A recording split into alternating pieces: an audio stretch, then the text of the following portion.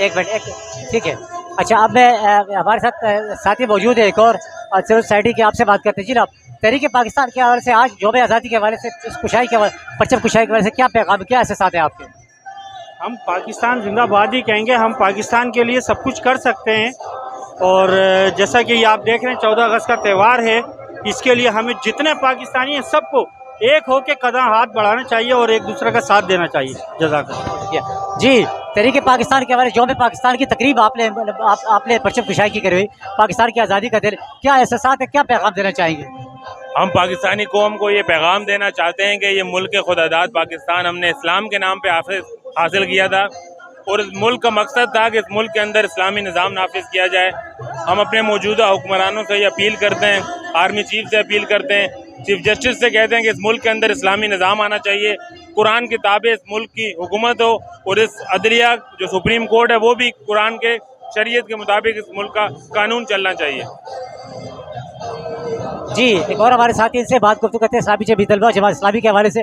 کیا پیغام ہے جی آپ کا؟ ایک سیاسی پولیٹیکل مذہبی معاملات ہیں آپ کے، اس حوالے سے پلیٹ فارم ہے آپ کا، اور آج کی سول سوسائٹی کا جو پروگرام ہے اس پہ کیا احساسات ہیں آپ کے، کیا پیغام ہے؟ دیکھیں سال کی طرح جماعت اسلامی قائد آباد اور جماعت اسلامی ضلع ملیر اور جماعت اسلامی پاکستان سال سے جشن آزادی منگا رہی، لیکن یہ ملک عظیم قربانی کی وجہ سے وجود میں آیا.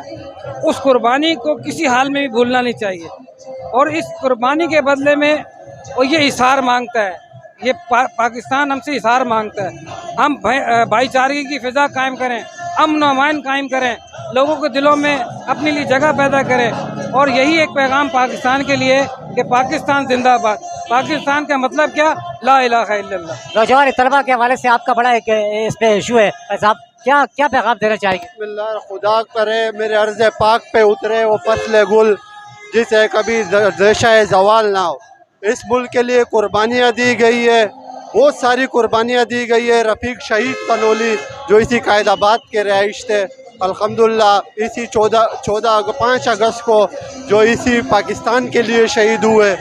اس کے لیے ہم یہ نعرہ لگاتے ہیں پاکستان زندہ باد، کشمیر بنے گا پاکستان. بہت شکریہ. یہ آپ نے دیکھا سول سوسائٹی کا پروگرام، ہم یہاں اختتام پہنچا. اشرف خان ظالم کے ساتھ سعید خان عباسی، بابا نیوز کراچی.